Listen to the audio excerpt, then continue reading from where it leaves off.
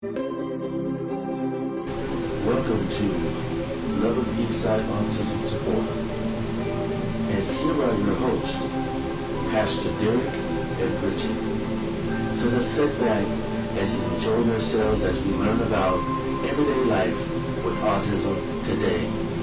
God bless you.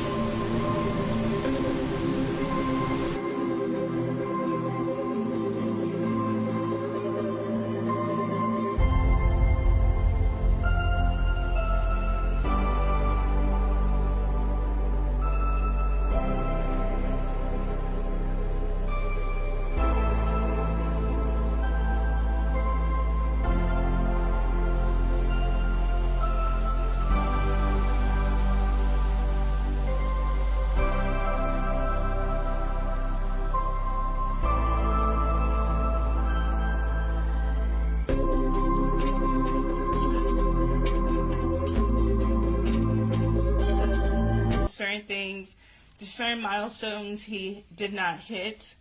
And then he was 6 months old singing full gospel songs that he only heard once. And I thought that was pretty amazing.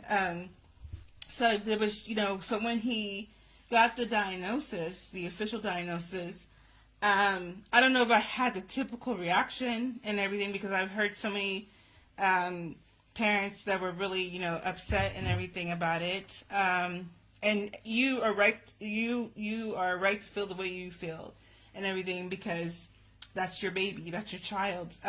My reaction to it was like, what do we need to do now? Let's tackle this. And I don't know if that's because I grew up with a sibling with autism. I don't know. But it was like, okay, well, he's already been to ECI. Let's get, what programs can we get him into?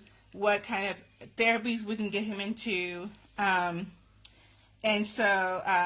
I really was just kind of like, let's jump on it. Let's do this and everything. But now that he's in all these therapies, there's always a, for us, it always feels like this kind of thin line of like, when is too much therapy too much?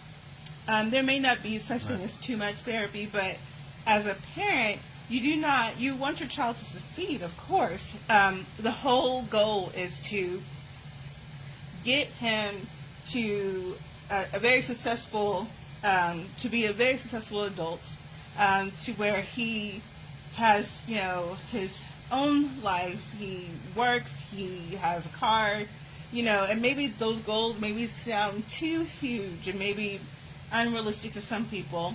But I actually have seen some autism people that have their own lives. They're actually married. They, they work, they drive, they're homeowners, so those are huge goals that I feel that we both have for Derek.